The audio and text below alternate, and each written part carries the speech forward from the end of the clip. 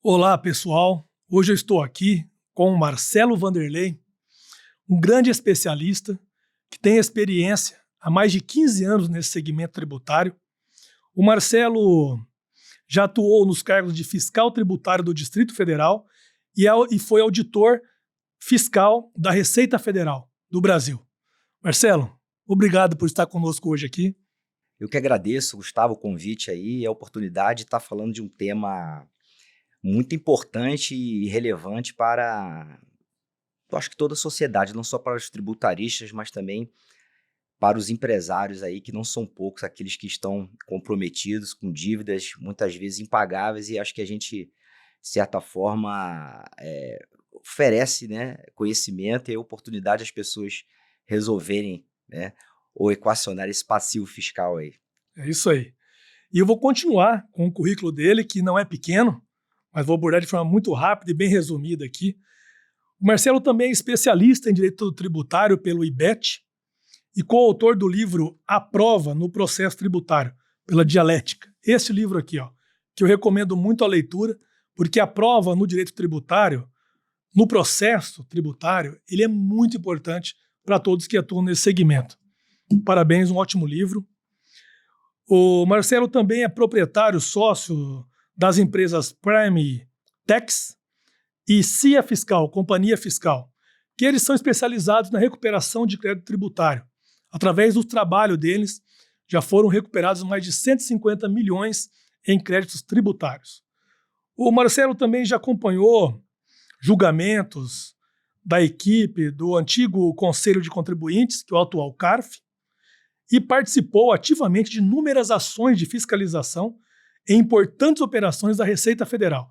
Então ele conhece muito bem o outro lado da moeda, aquilo que pode gerar uma fiscalização ou uma autuação para as empresas, né? E aí fica muito mais fácil prevenir esse inconveniente. Ele também é palestrante, professor, tem um curso maravilhoso que está aí em plena atividade, sendo divulgado. É um curso de transação tributária. Recomendo vocês também a fazer. Como a gente estava comentando, o tanto que hoje a transação tributária, que é um benefício muito grande para as empresas e para os advogados, né? Os escritórios que atuam nesse segmento, e pouca informação, é um assunto muito desconhecido ainda do público geral, até mesmo por alguns especialistas, né? Isso tem que ser muito divulgado e muito difundido, e um dos debates, do papel nosso hoje aqui será esse, falar um pouquinho, né, Marcelo, da nossa experiência, da sua, da minha, e do que as pessoas podem fazer, quais são os benefícios que as empresas podem ter com essa transação tributária. Então, a transação tributária, ela é mais do que uma oportunidade, né?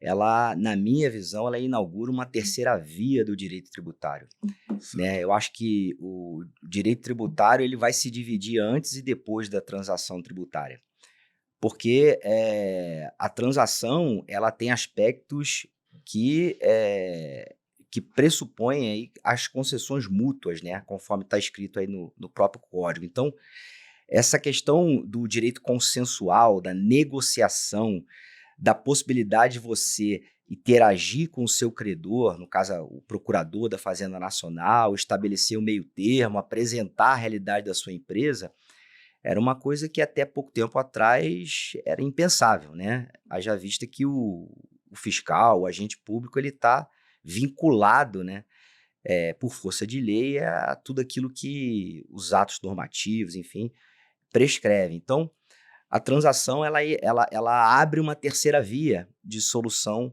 de litígios, né? Uma via consensual, uma via negociada. E envolve aí o trabalho de diversos tipos de profissionais, da contabilidade, a própria habilidade que o advogado tem que ter de negociar, as técnicas de negociação, né? Isso aí. Isso até então você não tinha como, era preto no branco, não tinha o cinza, né? Era o preto ou o branco.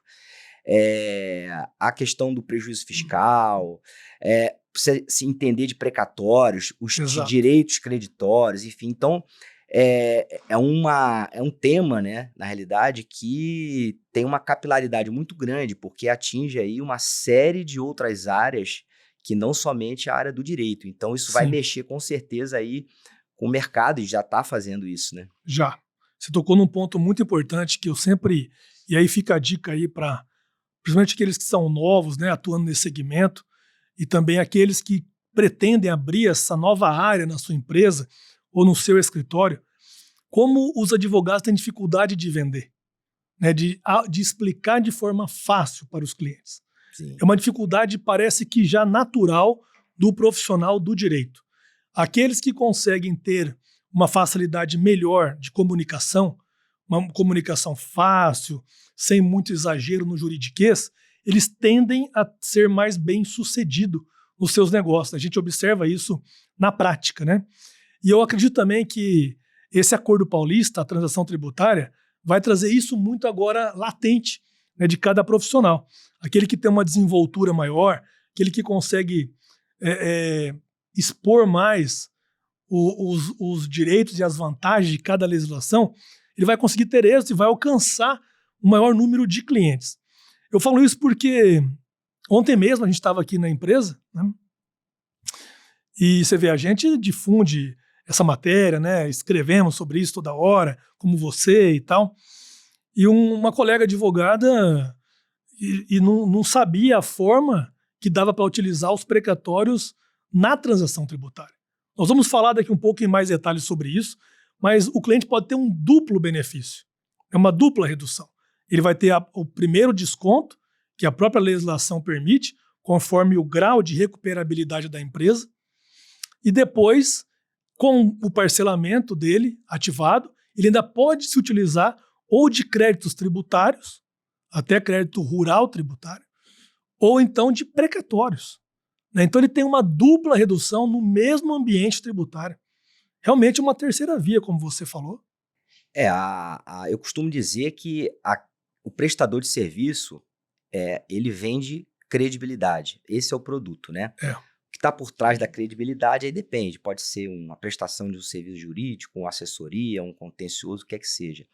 Porque se eu for vender essa caneta, né, eu posso ser um mau vendedor, mas se você quiser comprar a caneta porque ela é uma boa caneta, porque ela escreve bem, você vai comprar. Agora, o serviço você não enxerga, né? Você depende de uma imaginação que tem que ser provocada, né, pelo vendedor, né, para aquele que está ali se vendendo a sua credibilidade. E o principal atributo que ele precisa ter é entender, né, daquilo que ele está falando. Porque as perguntas, elas vão acontecer, né? O empresário, ele não é um tributarista, então ele precisa entender quais são as opções que ele tem, quais são as alternativas, quais são as repercussões, as consequências de um acordo. Então, haja vista que ele está assumindo um compromisso que muitas vezes é de 10 anos ou mais, né, que ele vai ficar ali amarrado, é um contrato, né? Então, isso precisa ser muito bem explicado e o próprio advogado precisa entender a realidade da empresa. Então, tem que fazer as perguntas certas também para conseguir as informações que são necessárias aí para a formalização de um bom acordo, né? É isso aí. E olha só, eu falando nisso aí agora, nós vamos entrar em mais detalhes aqui, em alguns aspectos, né, dessa legislação, e inclusive dar alguns alertas, né, para o nosso público que está nos assistindo. Mas eu lembrei de uma palavra que nós usamos muito, né? Disciplina e resiliência, né? O profissional tem que agora ter o máximo de disciplina possível e resiliência para ele conseguir passar todos esses benefícios que essa legislação tributária possibilita aos nossos clientes num prazo curto, uma vez que essa janela de oportunidade ela tem prazo para iniciar e encerrar. Ela iniciou dia 7 de fevereiro de 2024 e vai encerrar dia 30 de abril de 2024. Vou repetir, encerra em 30 de abril de 2024. E aí eu não tive como lembrar de que você também é um faixa preta. Faixa preta de jiu-jitsu, praticante de jiu-jitsu. Nós frequentamos a mesma academia, inclusive. E é isso, né? Até no jiu-jitsu, na vida profissional, a disciplina e a resiliência andam juntos, né?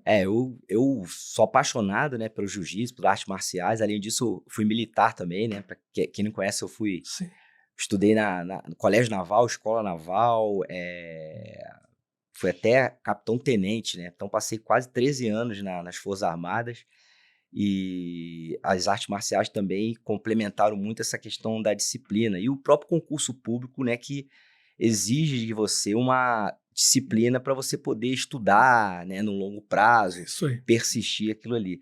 E aplicar isso no dia a dia é extremamente vantajoso, porque a gente, muitas das vezes, a gente não está fazendo uma corrida de 100 metros, é uma maratona ali que você tem Porra, que acumular, entender, conhecer sobre o tema, e correr atrás do cliente, né? é isso aí. Porque o cliente diz não, você tem que ser Sem persistente. preconceitos, né? Exatamente, derrubar barreiras, né? É isso aí. Objeções, né, que muitas vezes são Objeções. feitas. Bom, é isso. Então, vamos falar um pouquinho agora dessa nova regulamentação, então, do Acordo Paulista, que é a regulamentação da transação tributária do Estado de São Paulo, oriundo da Lei 17.843/2023. Essa lei, ela possibilita a transação tributária do Estado de São Paulo dos tributos de ICMS, IPVA, ITCMD ou outros débitos, como taxas e contribuições. Só que ela ainda vai ser muito regulamentada, tá, gente? Porque isso aí também os órgãos se adaptam, né? A cada necessidade, a cada lacuna e a cada situação que é colocada em prática. Um alerta só que eu faço desde o início, com essas regulamentações que virão, vamos falar de algumas que já estão publicadas, mas outras virão no decorrer dos próximos dias. Eu falo dias mesmo. Hoje pode estar saindo alguma, amanhã pode estar saindo outra, e assim por diante. Um cuidado de não extrapolar, né, Marcelo?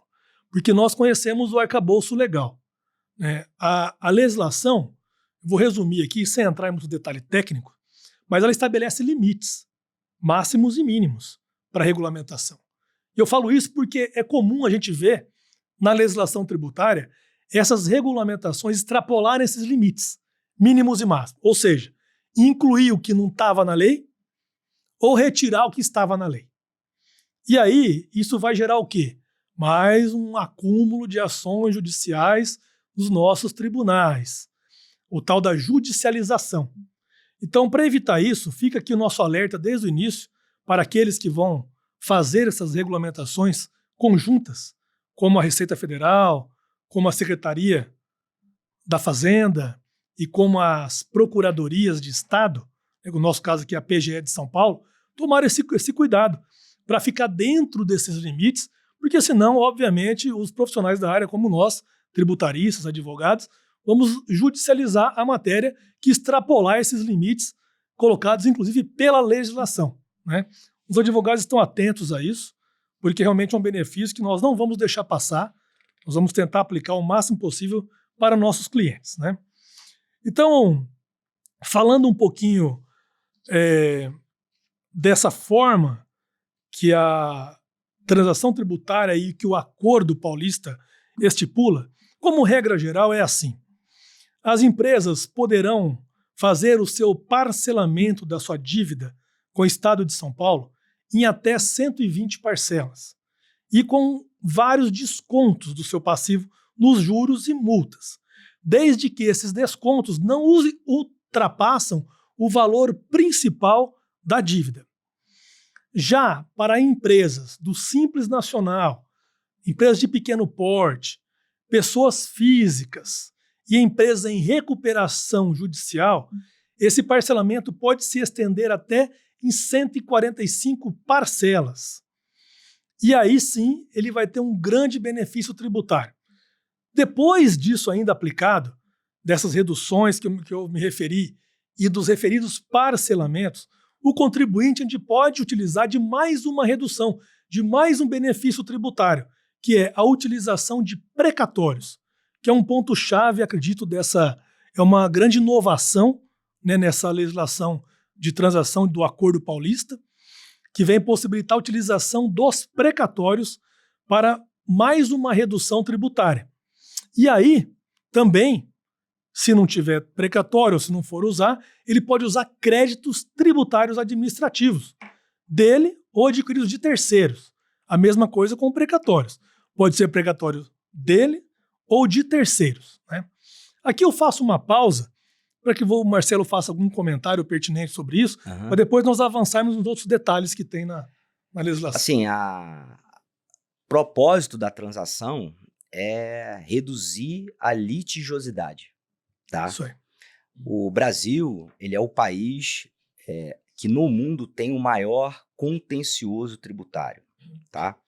Nós estamos falando aí, só no CARF existe 1,15 trilhões de reais. A média, isso equivale a 16% do PIB, a média da OCDE é 0,4% do PIB.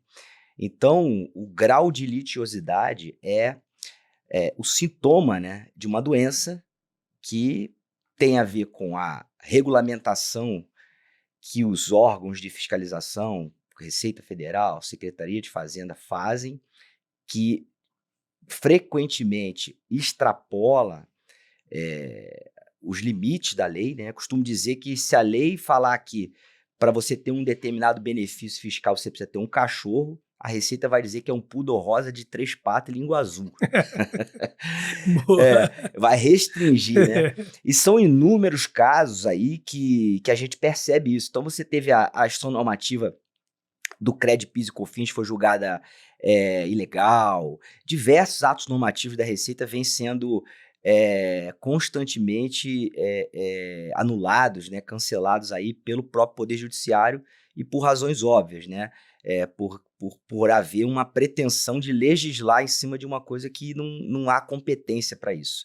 Então, esse é o primeiro ponto. Com relação ao Acordo Paulista, quem teve a oportunidade de conhecer a Lei 13.988 de 2020, que fala sobre a transação, né, que teve origem na medida provisória 899, percebe que praticamente são a mesma base, né? As mesmas regras que foram trazidas pela lei federal foram replicadas no Acordo Paulista. Na realidade, não é só São Paulo, né? Havia, né, uma pendência aí do CONFAZ em relação à autorização dos estados para implementarem as suas transações tributárias.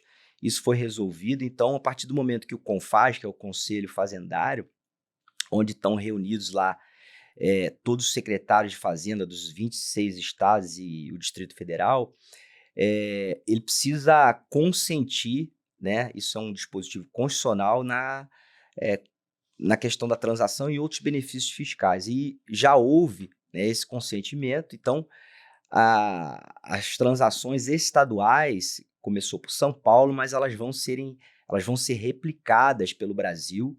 Então, nós aqui não estamos falando só para um público de São Paulo, é importante dizer isso. Muito importante. O que acontece em São Paulo vai ser replicado em outros estados. Não estou falando só de estado também, existem muitos municípios que estão também editando decretos, leis aí, que tratando da questão da transação, porque fica muito mais fácil, né, hoje, né, com a experiência de 4 anos já da transação federal, esses entes aí terem uma noção daquilo que deu certo, daquilo que não deu certo, daquilo que pode ser melhorado. A gente estava falando da questão das garantias, né? Sim. Eu achei bem interessante, porque o Acordo Paulista ele inova em relação a esse aspecto das garantias. Então, com certeza, o seguro-garantia e outras modalidades aí, até o precatório pode ser também oferecido objeto como de garantia. Isso não tem na lei federal. Então, para mim, é uma inovação. Para mim, é um avanço aí que até pode ser que influencie, né, a União a trazer esse tipo de regra, né, para dentro da lei federal. Então, eu estou muito otimista. Eu acho que é uma oportunidade que vai beneficiar os dois lados, devedor e credor. Porque se você deve pouco, o problema é do devedor. Mas para quem deve muito, o problema passa a ser do credor também. Exatamente. Essa não adianta nada ter para receber, mas não receber. Exatamente, né? exatamente. Que adianta? Exatamente. É isso. E falando um pouquinho agora de algumas vedações que foram trazidas principalmente pela Resolução 06 de 2024 da PGE de São Paulo, ela é uma vedação grande, né? Alguns tópicos, não vou falar de todos, porque fica muito maçante, mas só dos principais. São 13 incisos que tratam de vedações. do que não pode ser transacionado, do que não pode estar incluído nessa lei ou nesse acordo de transação tributária paulista, né? Um deles é crédito não inscrito em dívida ativa. Isso não pode. Redução do montante principal do crédito. Também não pode. Que tenham por objeto redução de multa penal. Também não pode. Que implique redução superior a 65% do valor total dos créditos a serem transacionados. Conceda prazo de quitação superior a 120 meses, com exceção daqueles, já falamos de pessoas físicas, empresas de pequeno porte e de empresas de recuperação judicial. Conceda descontos em multas, no caso do devedor inadimplente sistemático. Nós vamos falar disso aí também, que são os graus de recuperabilidade. E aí tem da FECOEP, que envolva dívida aquele Fundo Estadual de Erradicação à Pobreza, né? Todas essas vedações, você acha, Marcelo, que elas podem dificultar a adesão do contribuinte? Isso complicar o anseio do Estado, que é justamente esse, né, de ter uma dívida recuperável e paga? Assim, grande parte dessas vedações são cópias da Lei Federal 13.988, tá? Sim. Então, pela experiência já de 4 anos na transação federal, com certeza, dentre todas as vedações, aquela que mais pode impactar ou restringir o acesso é a questão do devedor contumaz, da questão da capacidade de pagamento, né? Porque você não pode afetar o principal, senão você está Exato. você tá invadindo, né, a área do legislador ali. Então, o principal tributo é o princípio da legalidade. Então, você deve aquilo que está na lei, você precisaria de uma outra lei para poder exonerar. Questão do limite, 65%, 70%, é a mesma coisa da lei federal. O prazo também são balizas, né? Agora, a subjetividade acontece, por exemplo, nessa questão do devedor contumaz. Nesse caso, o Acordo de São Paulo, ele traz aí uma fórmula, né? Isso, uma formulazinha. E é importante que as pessoas conheçam essa fórmula, porque, muito importante, na realidade, é um cadastro positivo. O que é isso, né? Você tem o Serasa, o cadastro negativo, e o bom pagador, né? E sendo ele, né, considerado como tal pelo fisco com base em critérios objetivos, como estão aqui no acordo, ele passa a ter, né, contrapartida também através, né, de prazos, de descontos e até, em último caso, se ele tiver uma classificação como um mau pagador, ele pode não conseguir aderir a um acordo de transação. É difícil operacionalizar isso no sistema, acho que eles vão precisar de muita tecnologia para poder separar o joio do trigo, tá? A Receita, ela fala em devedor contumaz e as regras são mais simples, né? Então, eu acho que desse aspecto, principalmente aí do Acordo Paulista, eu acho que vai abrir margem de algumas contestações até judiciais, porque de certa forma, eu achei um pouco restritivo isso. Eu acho que é problemático essa vedação do devedor contumaz, porque não é fácil, não. É isso. E aí, eu me lembro de um professor muito antigo nosso, ele dizia assim que quando o tributarista começa a se meter com fórmula matemática, dá algum problema nesse negócio, entendeu? E aqui não tem nada diferente disso, não, né? Aproveitando esse gancho agora, vamos falar então do grau de recuperabilidade, que eu acredito que aqui pode ser um tema que vai gerar muitas discussões que vão para o judiciário, viu, Marcelo? Porque, como você falou, tem muita discricionariedade nessa interpretação. Não sei se a tecnologia deles estão preparada para isso, saberemos nos próximos dias, mas o fato é que, estando ou não, se não for um cálculo que realmente transborda a realidade daquela empresa, essa matéria possivelmente vai para grau do judiciário, né? Então, eu gostaria que os procuradores, os profissionais envolvidos nessa avaliação e validação do grau de recuperabilidade de cada empresa pensassem nisso quando for fazer a equação. Nós vamos falar agora sobre ela. Olha só, a equação parece simples quando a gente lê, mas é o seguinte, a fórmula, vou falar da fórmula, G mais H mais I igual a NF. Parece que eu estou num quadro de matemática, numa aula, mas não é não, gente, é tributário mesmo aqui, não é aula de matemática, não. O que significa isso? G são a nota para garantia, suspensões e parcelamentos. H, nota do histórico de pagamentos. I, nota da idade da dívida. E NF, nota final. Então, vai ser feita uma fórmula pontuada. Por exemplo, o G, que é a primeira letra da fórmula, garantia, suspensões e parcelamento. Nota 0 é que vai de 0 a 99% do valor total da dívida garantida por penhora válida. Ou seja, uma dívida que está garantida entre 0 e 99% tem nota 0. Uma nota de 1, que vai de 10 a 100% do total da dívida garantido por penhora válida, já vai melhorando, né? Nós sabemos a dificuldade que são das empresas de conseguir essas garantias, né?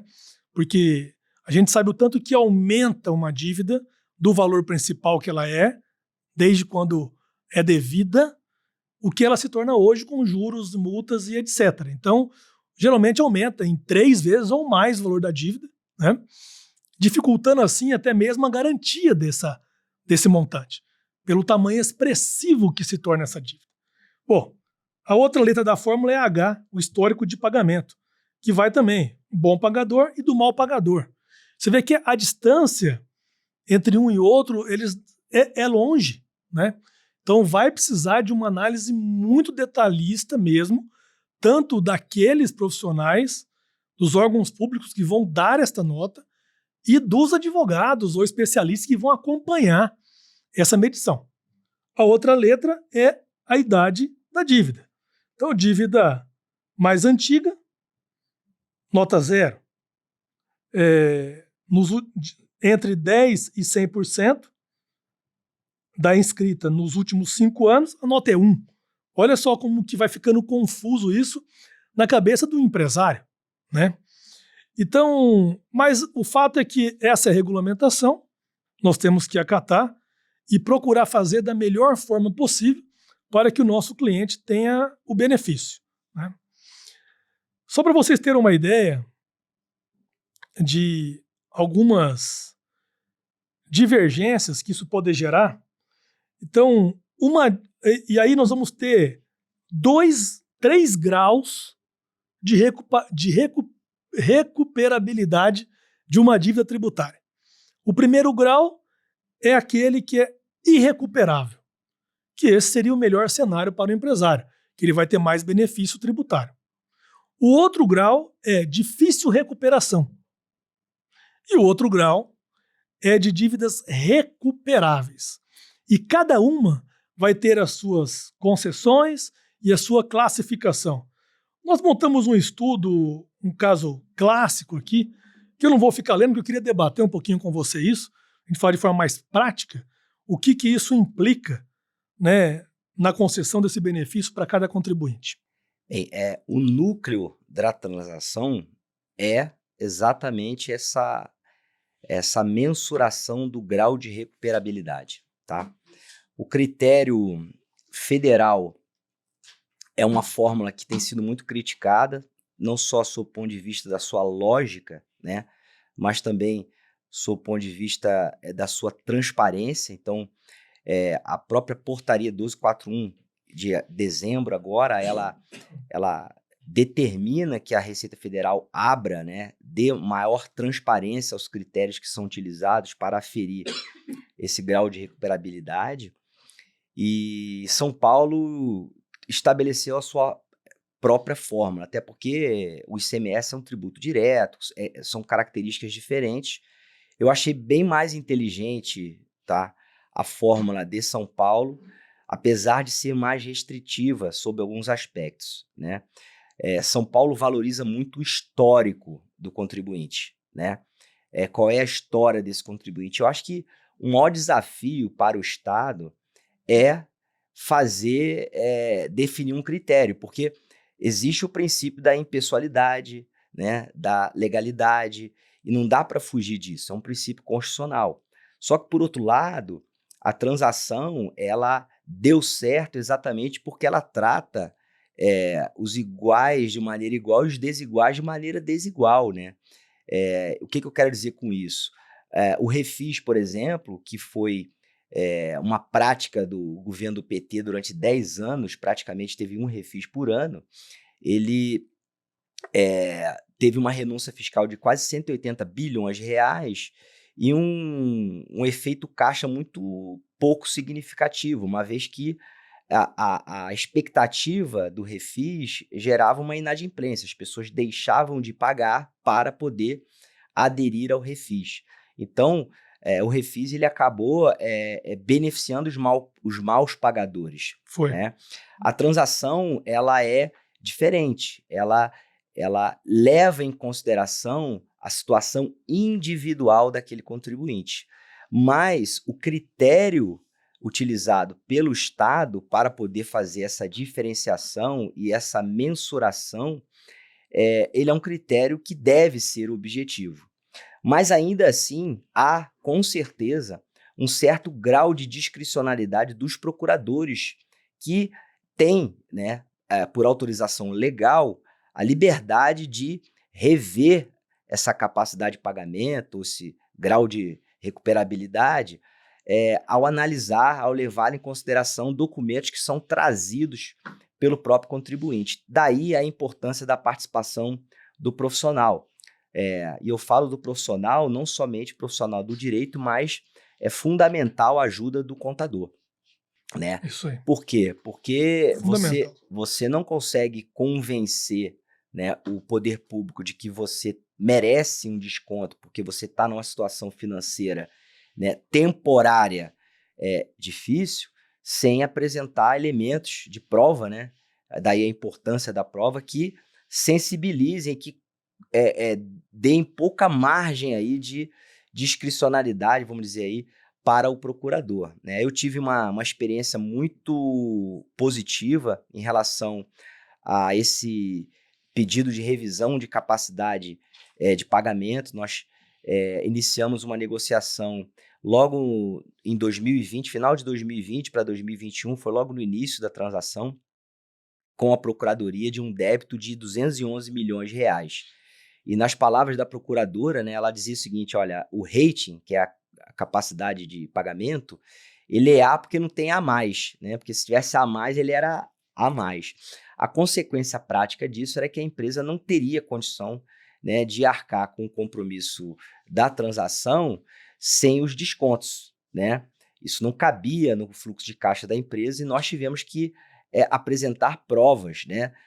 Sejam através de comprovantes, o próprio Serasa, né? Porque o score que o Serasa tem, ele me auxiliou também na demonstração de que a empresa não tinha capacidade de pagamento, questão de prazo de recebimento, enfim, dívidas bancárias, uma série de coisas que não foram consideradas inicialmente pela Procuradoria da Fazenda, e nós conseguimos, de maneira administrativa, reduzir o rating de A para C, e isso gerou uma economia de 40 milhões de reais. Nessa transação está publicada, foi eu que assinei como representante da empresa, né? E isso foi feito sem a intervenção de um árbitro, né? De um juiz. Isso aconteceu de uma maneira consensual, né? Foi bom para a empresa, que preservou 5 mil empregos, né? Não estou falando de uma empresa pequena, e foi bom para o Estado, que garantiu aí um fluxo de recebimento da ordem de 175 milhões de reais. Então, esse acordo aí são prestações de quase 3 milhões de reais por mês. Então, é um exemplo prático aí de que essa fórmula, em que pese ela trazer uma objetividade, ela não é uma verdade absoluta, ela é uma presunção, ela é uma presunção relativa. Se ela é uma presunção relativa, ela admite prova em contrário. Então, o ônus probatório é do devedor. É o devedor que tem que comprovar que ele está enquadrado numa posição que não reflete a realidade dele. E para isso ele precisa de documento. E para isso ele precisa de bons profissionais que tenham a capacidade de interagir com o Estado, né, de reunir essas provas e formar elementos de convicção aí que são capazes aí de mudar a realidade da empresa e até de salvar a empresa, né? Mas muda muito. Olha só, vocês veem a importância que é esse grau de recuperabilidade de cada empresa, né? Esse vai ser, no meu ponto de vista, o núcleo importante, o núcleo nervoso desse Acordo Paulista, né? E que possivelmente alguns desses graus, ou vários, serão contestados, como foi o seu caso, e você obteve vitória, né? Para você ver o tanto que isso é importante e que gera para as empresas, olha só, vamos falar sobre entrada, que muita gente pergunta, mas e esse parcelamento é obrigado a dar entrada? Depende. Lembra que nós falamos que existem 3 graus de recuperabilidade. O primeiro é o grau recuperável, que é empresas que estão com saúde financeira boa. O outro é de difícil recuperação. E o outro grau, que é o terceiro, é grau irrecuperáveis. Empresas que não têm como o governo receber a sua dívida. Quando falamos de entrada, para as empresas que são recuperáveis, elas não precisam pagar a entrada desde que parcelem somente em até 24 meses. Se elas forem pagar parcelado superior a esse período, já tem que pagar 4% de entrada, de 25 a 48 meses, e 5% se parcelado em mais de 49 meses, que é a grande maioria das empresas irão fazer, né? Vão fazer o máximo que o parcelamento permite. Isso porque ela foi enquadrada no grau de recuperável. Já se essa mesma empresa fosse enquadrada no grau de difícil recuperação ou de irrecuperável, 0 entrada. Não precisa dar entrada. E, gente, 5% de um montante de 100 milhões, 200, 30, que seja, 50, é muito dinheiro para uma empresa que está com dificuldade financeira. Aí também é uma diferença entre a transação estadual de São Paulo e a federal, né? E é uma diferença significativa, tá? E essa questão da entrada, ela se torna um dos benefícios, né, ou um malefício, dependendo da situação, né? Depende muito. Que variam aí de acordo com a classificação de risco, né? Que é baixa, média e alta possibilidade de recuperação, né? Mas esses critérios, eles dão uma certa objetividade, né? Então, eu acho que tá melhor essa situação, tá mais clara na transação estadual até do que na federal, em relação a esse aspecto, né? Isso tá. Com certeza. Mas olha o impacto que gera Sim. na adesão. E falamos de entrada e desconto. Olha outro impacto muito relevante. Os descontos são um dos principais atrativos dessa medida, né? Que são descontos nas multas e juros, né? Na multa e juros. Empresas irrecuperáveis ou empresas recuperáveis, 0%. Não, desculpe. Empresas recuperáveis, 0% de desconto. 0. Ou seja, uma empresa que foi enquadrada em recuperável até agora, falando de entrada e desconto, ela teria que dar uma entrada de 5% e teria 0 de descontos. Possivelmente essa empresa não ia adotar o procedimento. As empresas de difícil recuperação já pode variar um desconto de 60% a 50%. 60% se for à vista, 50% se for parcelado, que vai ser a maioria das empresas. Empresas com grau de irrecuperáveis, ela já pode ter 75% de desconto à vista e 65% se parcelado, se ela for enquadrada no grau de irrecuperável. Agora, veja a importância, se eu não me engano, acho que nos 3 casos, nas 3 hipóteses, é possível a utilização do precatório. Em todos. Exato. Então, assim, Eu vou pensa o falar seguinte, aqui. a Isso. vantagem Isso. das empresas que não têm desconto por Isso. força de lei passa a ser O único. o deságio. O único. O único deságio é a Exatamente. utilização do precatório. Exatamente. É Quer isso dizer, aí. vai depender muito de quanto que ela consegue de deságio no precatório para que exista um efeito desconto aí, vamos dizer. E aí, Marcelo, é uma palavra que eu sempre falo aqui, que o precatório, ele adotou um papel de protagonista no segmento tributário. Muito relevante para a nossa sociedade. Olha só agora. Como nós já dissemos, é possível você utilizar precatórios e créditos tributários para conseguir um desconto dessa dívida após o parcelamento. E nós falamos aqui do grau de recuperabilidade. Conforme o grau de recuperabilidade da empresa, influencia na quantidade de entrada que ela tem que dar e na quantidade de desconto que ela vai ter. E com relação ao precatório, isso é aplicado? Não. O precatório pode ser utilizado em qualquer grau de recuperabilidade da empresa.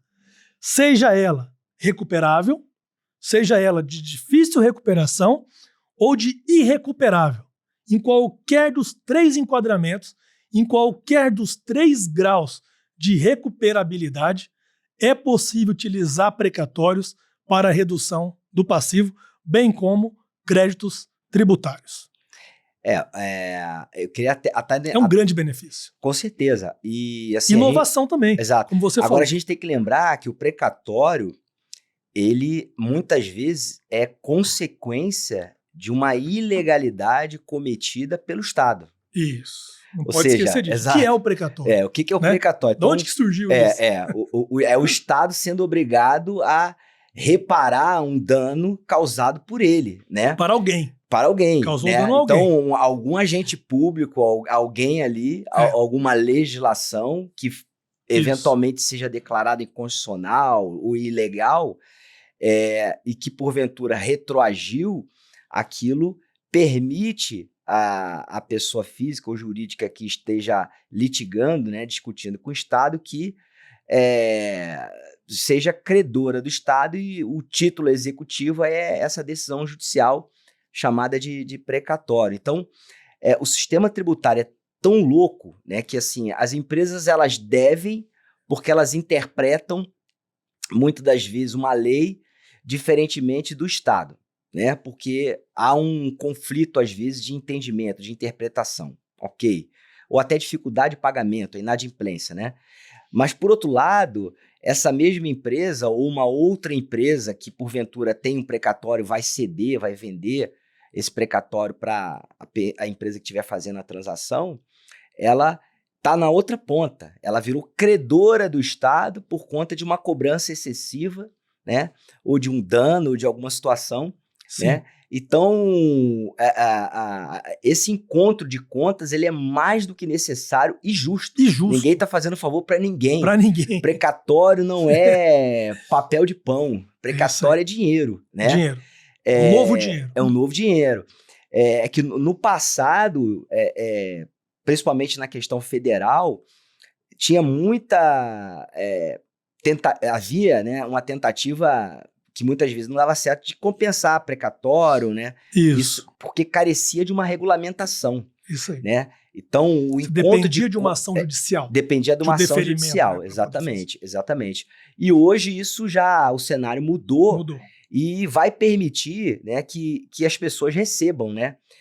O credor do precatório ele vai receber, nem que seja um pedaço, porque ele pode ser que ele queira vender com deságio, né? Os fundos e tudo mais, mas o Estado também vai liquidar uma dívida e vai receber uma parte do crédito. Então, é um jogo de ganha-ganha. Né? É isso aí. Todo mundo sai beneficiado nessa história. O Estado diminui o seu passivo com precatórios, diminui o seu passivo tributário e ainda gera um benefício para as empresas trazer mais riqueza e movimentar a economia brasileira. Tá tudo certo. Só que tem que tomar esses cuidados, né? Para que as empresas possam aderir a este benefício, vamos chamar assim, esse acordo paulista, e que não sejam tão rigorosas as regras a ponto de inviabilizar a adesão de muitas empresas. Continuando nesse assunto de precatório, então vamos deixar claro uma coisa. O grau de recuperabilidade não influencia em nada a utilização dos precatórios. Qualquer grau, qualquer um dos 3 graus, você pode utilizar o precatório. Qual é a diferença?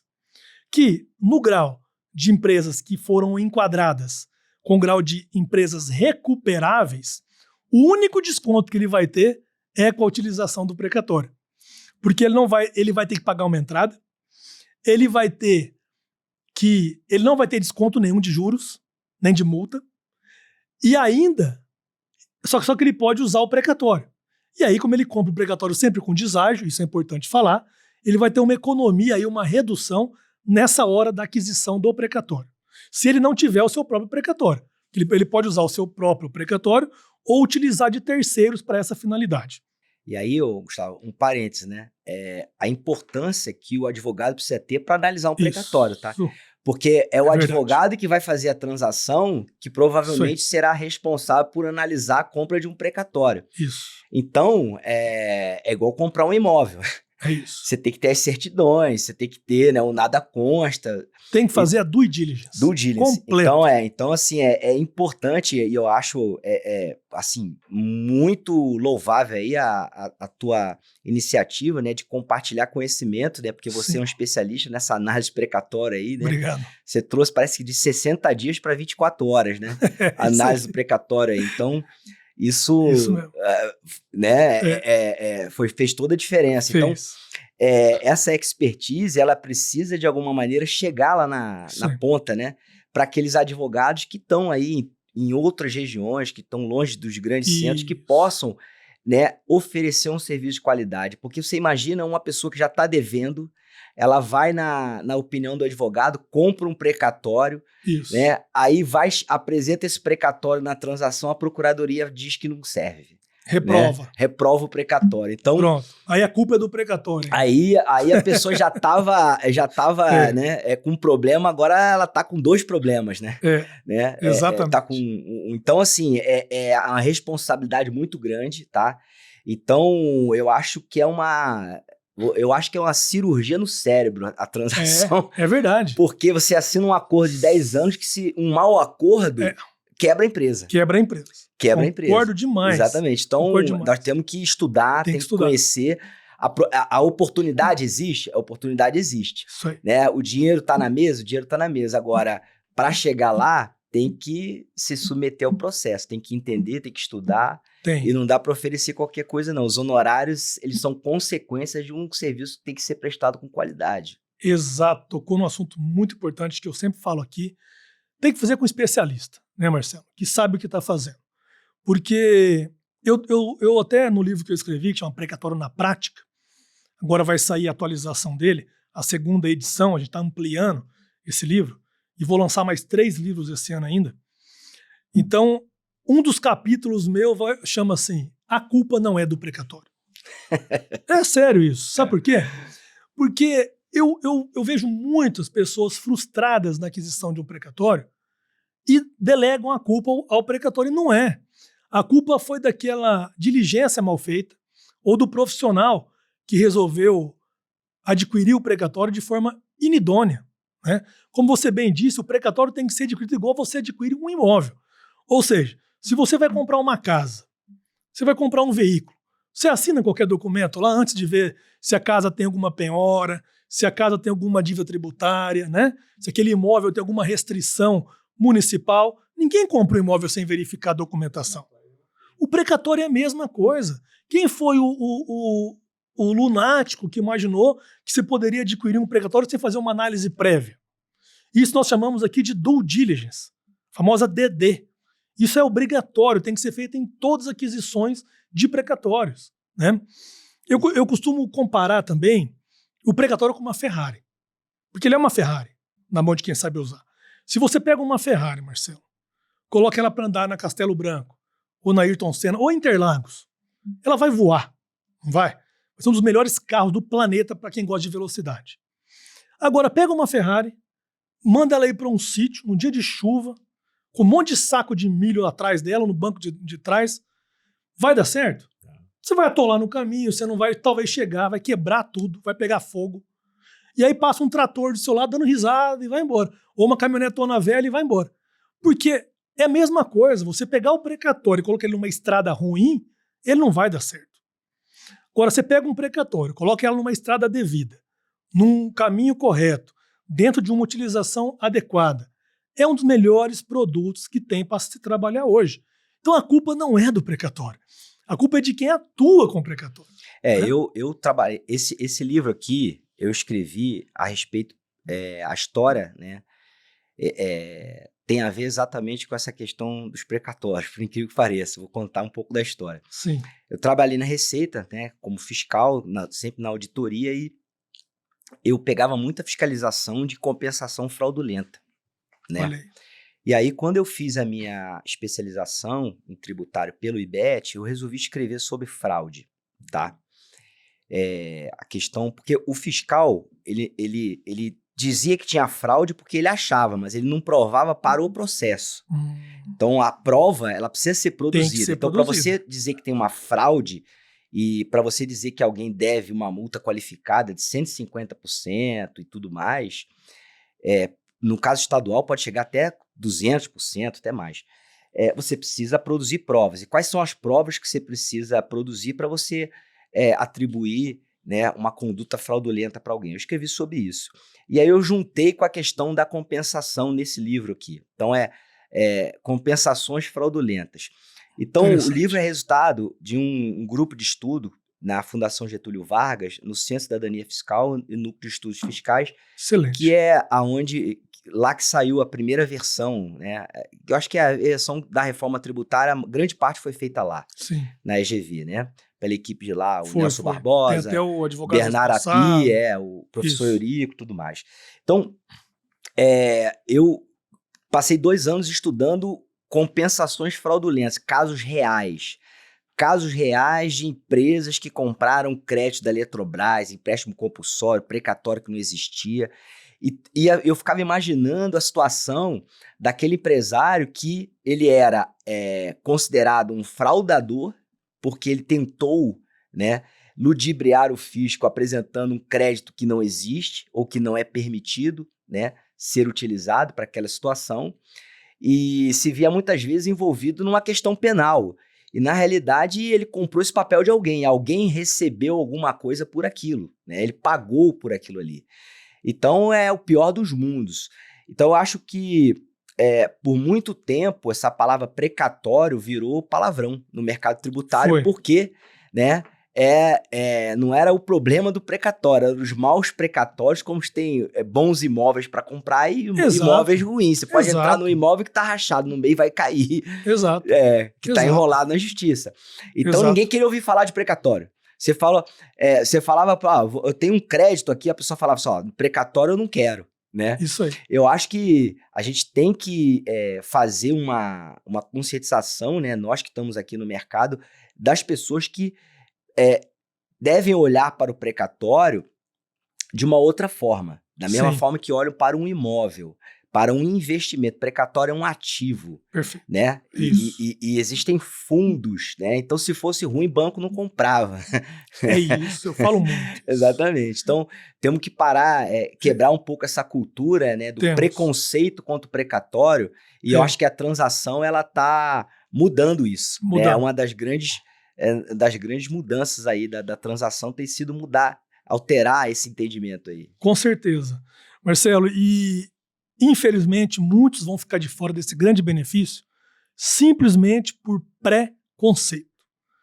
E aí, gente, eu chamo a atenção aqui de vocês, principalmente para os empresários e para os advogados que aconselham os empresários que outrora já tiveram algum prejuízo com precatórios ou com créditos tributários, que essa transação também permite a utilização.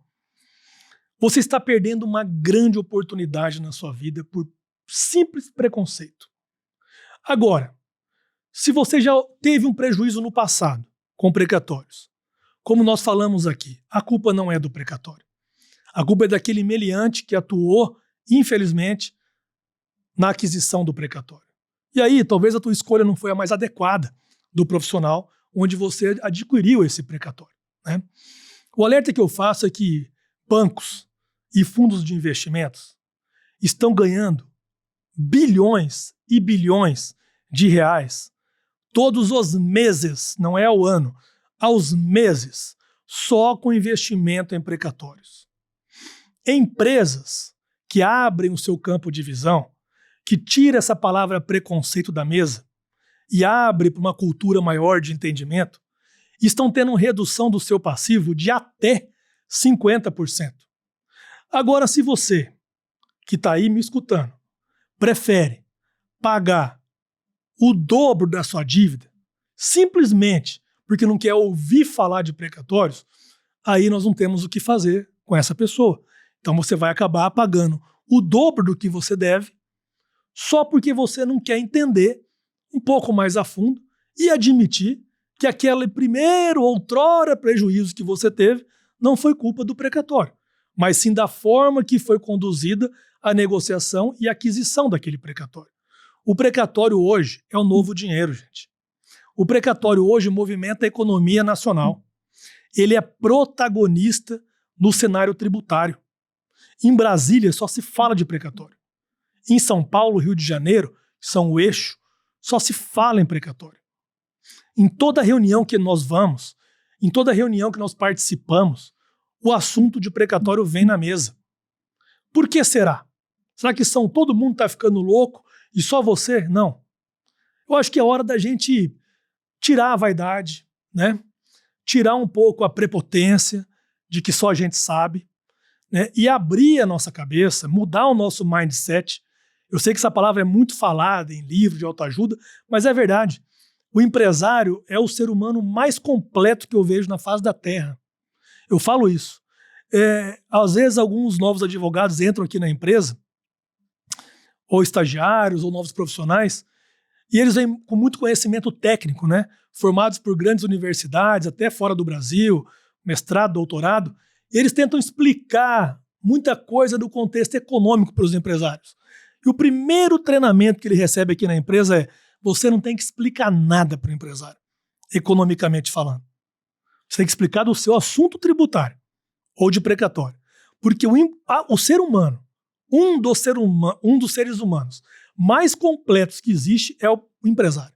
Porque ele tem que lidar diariamente com advogado, com risco, com contador, com banco, com produto, com mercado internacional e nacional, com compra e venda, com imagem, com marketing. Gente, ele tem que entender de tudo praticamente.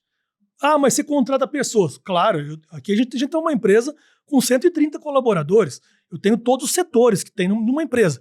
Mas no fundo, no final das contas, eu que tenho que fazer a gestão de todos eles. Então eu tenho que entender cada setor da minha empresa. E assim é com qualquer outro empresário.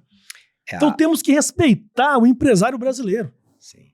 Acho que o empresário, ele se diferencia dos demais profissionais pelo seu apetite de risco, tá? Então, o empresário, ele pode, através da sua empresa, da sua atividade, ele corre o risco positivo de ficar milionário, mas negativo de falir, quebrar e levar a casa dele junto. Então, assim, existe uma lei na economia que é igual à lei da gravidade, não tem exceção. Quanto maior o ganho, maior o risco. Não existe, né, almoço grátis em relação a isso. Então, acho que os profissionais, advogados, consultores, eles têm, por obrigação, não apenas dizer para os seus clientes se há ou não risco, mas é importante dimensionar esse risco. Por quê? Porque o tomador de decisão, que é o empresário, ele precisa ter, né, na cabeça dele uma estatística, um número, uma probabilidade de acertar ou de errar, né, diante daquele objetivo que ele tem. Eu costumo dizer o seguinte: nós tomamos decisões de risco o tempo todo, né? Se você mora num prédio e você pega o elevador e não subiu de escada, é porque você, inconscientemente, você mediu que o risco do elevador cair é muito pequeno, então vale a pena você ir de elevador e não se cansar na escada. Então, a gente precisa, Mensurar nós risco. profissionais, mensurar risco. Então, assim, qual é a probabilidade? Porque você dizer que tem risco, não, você está dizendo que o céu é azul. É isso. Tudo tem risco, né?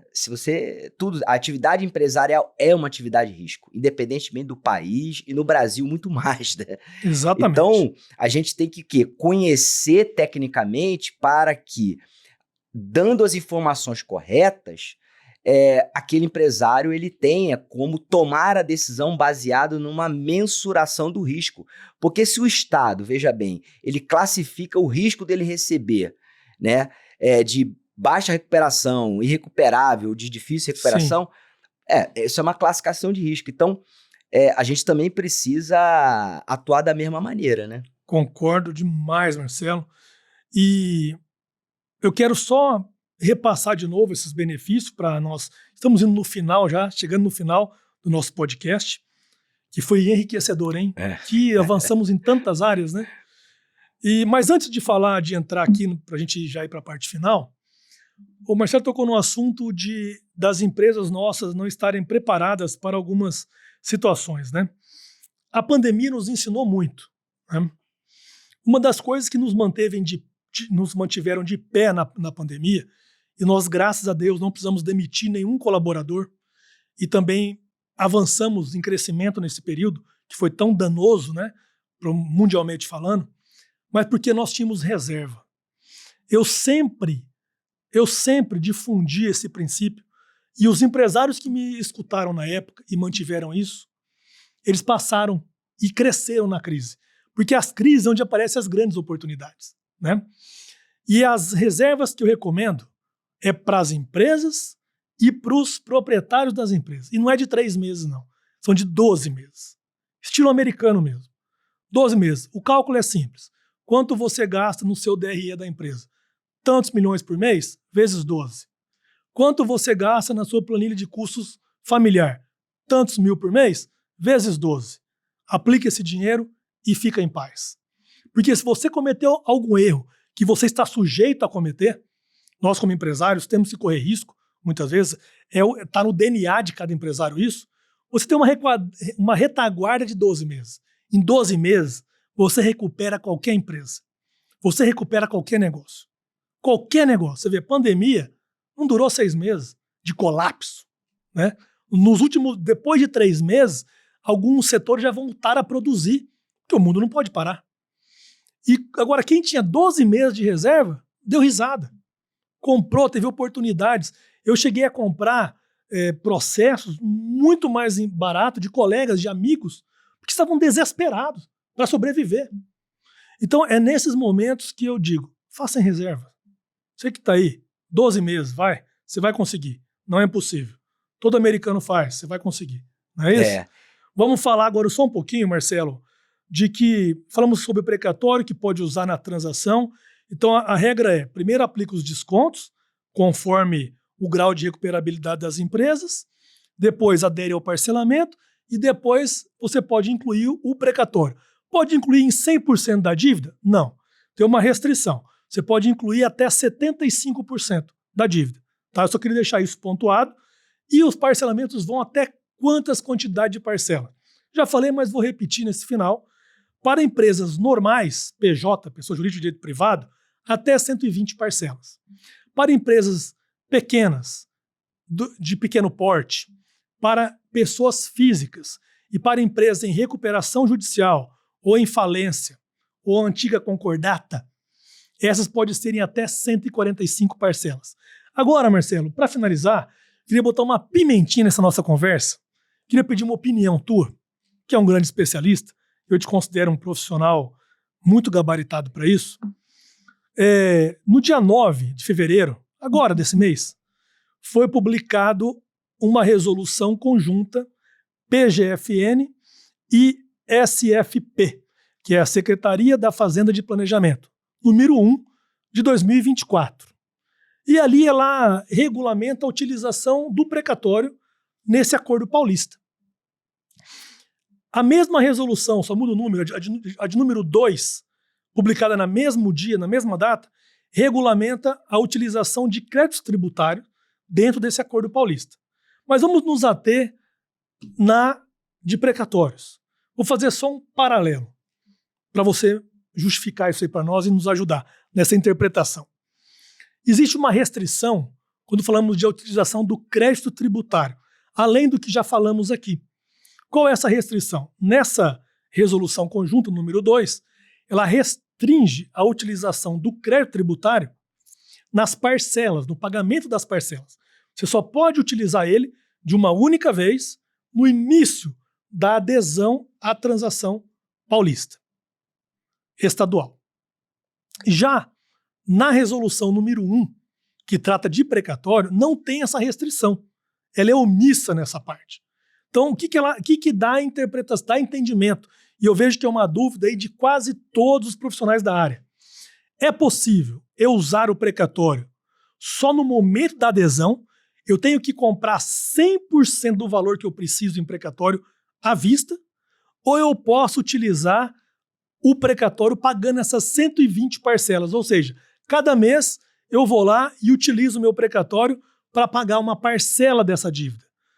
O que você acha sobre essa omissão, sobre essa resolução conjunta número 1 de 2024, não ter restringido a utilização do precatório nas parcelas do parcelamento?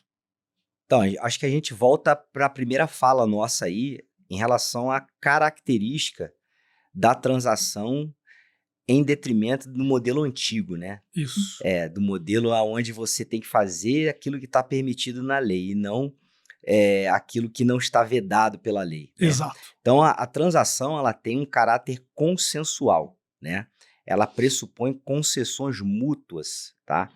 E nesse sentido aí, a meu ver, né, olhando para os acordos de transação que já estão publicados, que já estão celebrados, eu percebo que há uma liberdade controlada, vamos dizer assim, por parte dos procuradores em celebrarem acordos, né, que muitas das vezes atendem aos anseios do próprio devedor, porque é daquela forma que ele pode pagar. É isso. Então, acho que se você, né, devedor, você consegue propor um plano de transação tributária e demonstrar que você precisa utilizar um crédito, né, um direito crédito, um precatório para quitar parcelas vincendas, né, de maneira progressiva, né, você não existe impedimento legal para isso, né? Porque se, porventura, essa fosse a intenção da Procuradoria, isso deveria estar manifestado de maneira expressa. Então, a transação ela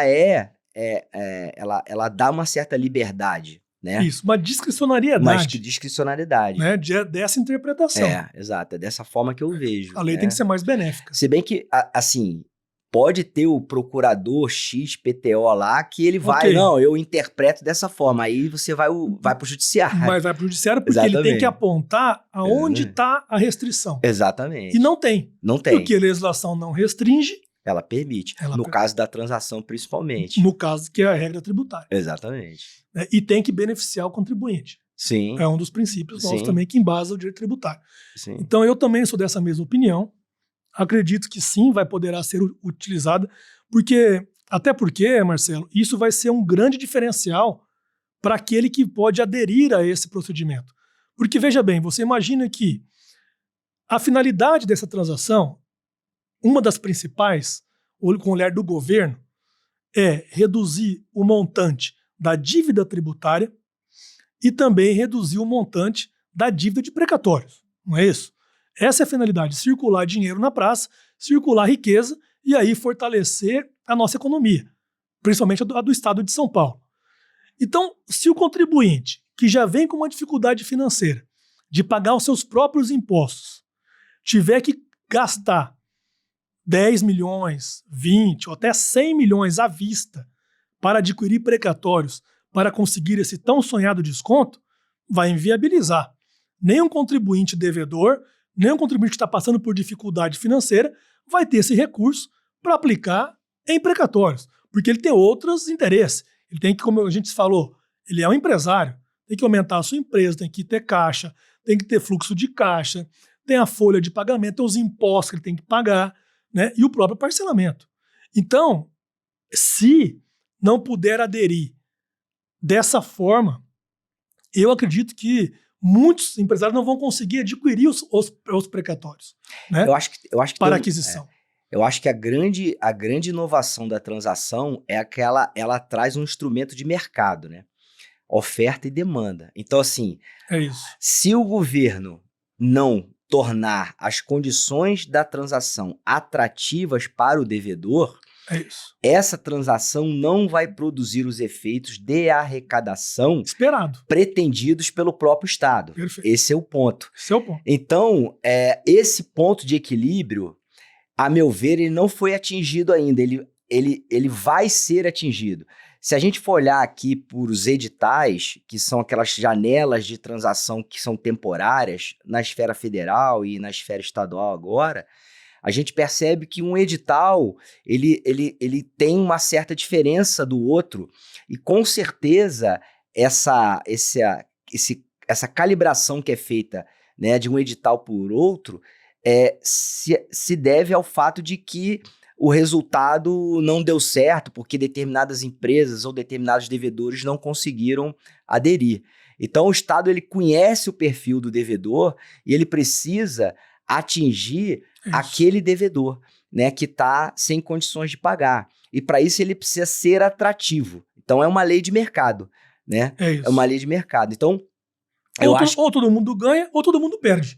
ou então vai todo mundo morrer abraçado. Todo mundo. Só para vocês terem ideia, né, colocando em números aqui, né, a dívida ativa da União, ela é de 2,9 trilhões de reais. Aproximadamente quase 3 trilhões de reais a dívida da União.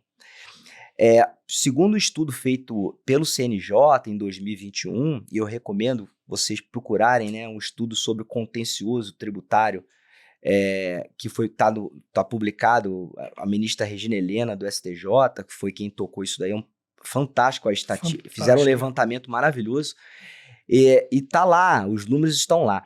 60% da dívida ativa da União é considerada ou irrecuperável ou de difícil recuperação. Isso equivale a 1,5 trilhões de reais. Ou seja, sob o ponto de vista do credor, né? Sob o ponto de vista do credor, as chances, né, dele receber aqueles valores são muito baixas. Para vocês terem ideia, apenas 12% das execuções fiscais têm garantia. Então, o credor, no caso a União, ela tem muito poucos recursos, né, para poder invadir o patrimônio daquele devedor, né, para poder de alguma maneira receber. Existe uma quantidade muito grande de execuções fiscais prescritas, né? Isso é um dado importante, cerca de 36%, aí, quase um terço, né, da dívida ativa você tem questões de prescrição intercorrente, processos que ficam parados. Existem questões agora, e aí é uma dica que eu dou importante aí, o PL do CARF, né, foi convertido em lei, ele definiu um teto máximo da multa de até 100%, em alinhamento com a decisão do STJ. Então veja bem, antes de você celebrar uma transação, você deve obrigatoriamente verificar para cada CDA, né, para cada título da dívida ali, se tem uma multa acima de 100% do valor do débito, porque senão, caso contrário, você consegue reduzir isso independentemente da transação. Você deve verificar, por exemplo, se tem débitos execuções que estão prescritas. Então, esse passivo tributário, aí eu acho que a melhor terminologia, Gustavo, Sim. é gestão do passivo fiscal. Isso. A transação, ela é um instrumento de gestão do passivo fiscal. Existem atos preparatórios. Você tem que verificar se tem casos de prescrição, casos de multas que podem ser reduzidas, a questão do PEP, né? A polêmica lá do parcelamento estadual, aqui da Selic versus a UFESP, né? Enfim, uma série de coisas. Eu até trouxe alguns números aqui, né, para falar do sucesso da transação, né? Que foram divulgados agora pelo INSPER, relatório INSPER, que o INSPER tem um observatório de transação tributária Tá acessível, é público, recomendo vocês lerem lá, mas os números estão todos lá. Então, assim, no primeiro semestre de 2023, foram recuperados pela PGFN quase cerca de 22 bilhões de reais, dos quais 10 bilhões, ou seja, 46%, são decorrentes da transação tributária. Então, assim, desde 2020, do total de 117 bilhões de reais que foram recuperados pela Fazenda Pública Federal, Fazenda Nacional, 32 foram oriundos da transação. Então, o que a gente percebe, né? Até um número que me chamou a atenção, né? Dos últimos 20 anos, a União recuperou 353 bilhões, que em valores atualizados são próximos de 545 bilhões, né? Desde 2020, já foi regularizado, né, quase o montante do que a Fazenda Pública arrecadou nos últimos 20 anos. Foi 466 bilhões de reais foram objeto de transação com prazo médio de recebimento de 120 meses, né? Então, assim, os números mostram que a transação deu certo. É a solução que deu certo, diferentemente do refis, né? Agora, é importante a gente também olhar para esses números sob a perspectiva da recuperação, Gustavo. Porque o que acontece? Isso aí. A máquina de cobrança, ela também está melhorando. Opa! Então... Super aparelhado. Exatamente. Então, a inteligência artificial tá aí, tudo. Aí.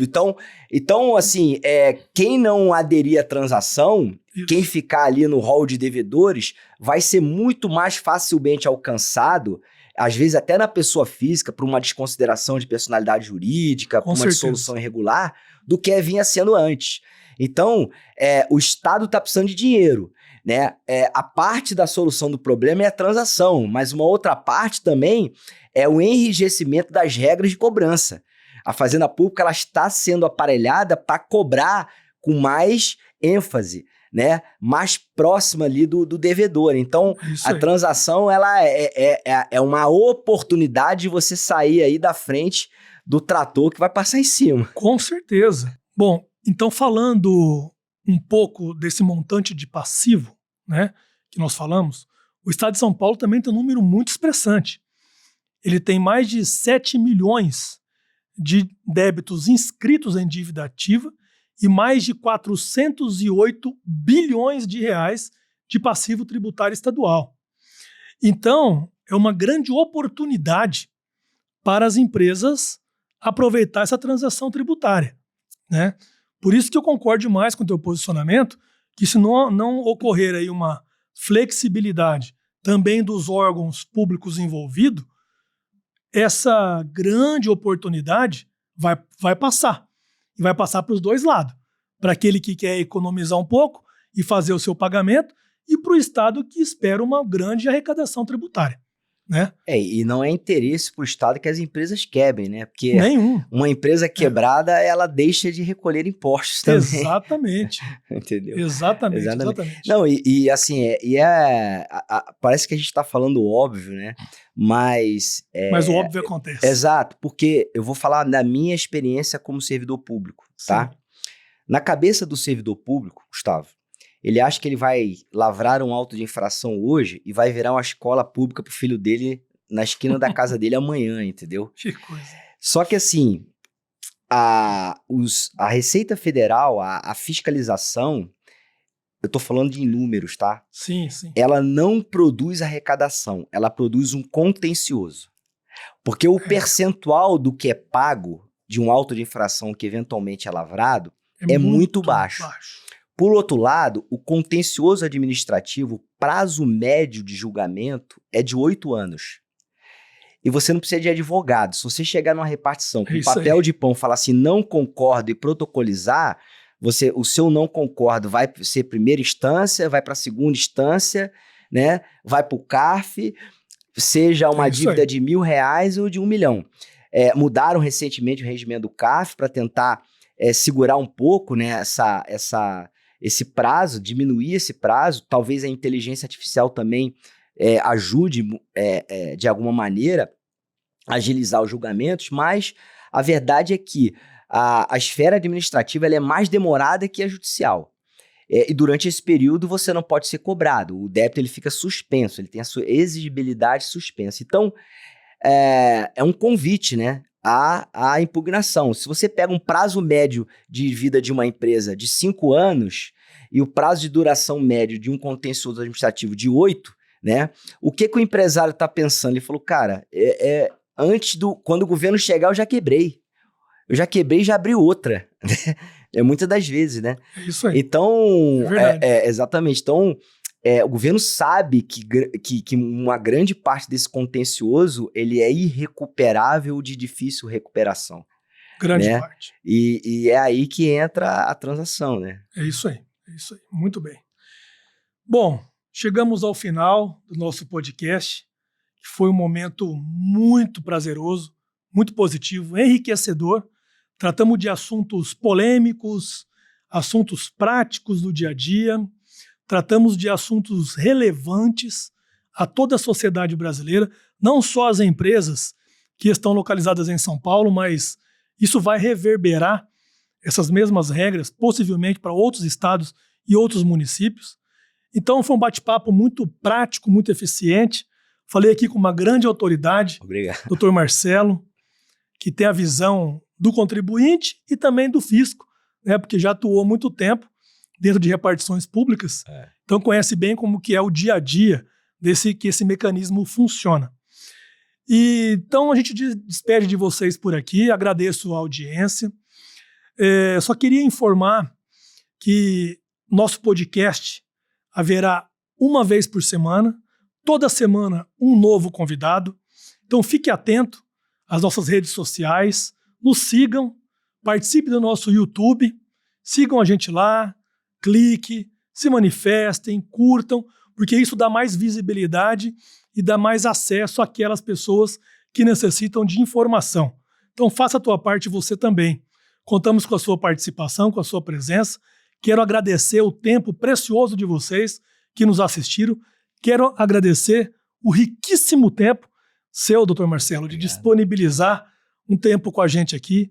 Muito obrigado. Foi realmente um aprendizado para nós. Foi um bate-papo que extrapolou e muitas nossas expectativas. Obrigado. Muito obrigado.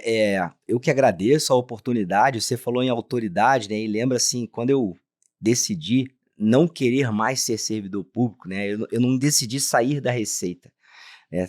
Então pode ser que muita gente esteja assistindo, o sonho é passar no concurso fiscal da Receita e fala, por que esse maluco aí que eu quero entrar e ele pediu para sair, né? Mas eu tomei uma decisão de não querer mais ser servidor público, né? Não foi uma questão com a Receita. Mas quando eu me despedi, né, dos meus colegas de trabalho, eu usei essa questão eu estou trocando o argumento da autoridade pela autoridade do argumento, né? Porque na Receita, fiscal, você escreve lá o auto de infração lá, né? Pode ser a coisa mais absurda, mas aquilo vai virar uma execução fiscal. O ônus de prova é de quem está do outro lado, né? Quem está no campo de cá, do balcão, né, do outro lado do balcão, não interessa se você é um advogado que tem 10 diplomas de mestrado, o que vai importar mais é a autoridade do seu argumento, né? Então eu acho que o meu propósito hoje, cada vez mais, é fortalecer a autoridade do argumento das pessoas para que elas possam exercer de maneira mais eficiente e ajudar empresários, né? E ganhar e faturar com isso, que é o que interessa aí. Então eu que agradeço a oportunidade e eu acho que é uma satisfação muito grande poder estar aqui com você e usar um pouco também da sua credibilidade e autoridade também para falar com o seu público aí e falar desse tema que é tão importante para a gente aí. Isso aí. Me sigam também nas redes sociais, Marcelo M. Vanderlei, com WY, meu Instagram. Lá no Linktree lá tem os cursos que a gente está disponibilizando. A gente fala sobre recuperação de crédito tributário na área da saúde, falamos sobre a questão do agronegócio, a questão do Fundo Rural, é um curso bastante interessante para quem opera no agro, e o curso de transação, que dos três, com certeza, é aquele que está tendo maior procura aí, felizmente. É sinal que a gente tá falando que as pessoas querem ouvir, isso que importa. E ainda bem que tem bons cursos assim, para que vocês possam fazer, né, e não ficar aí sem conhecimento técnico e jurídico, né? Isso aí. Muito obrigado. Obrigado. Pessoal, até a próxima. Obrigado. Até a próxima aí.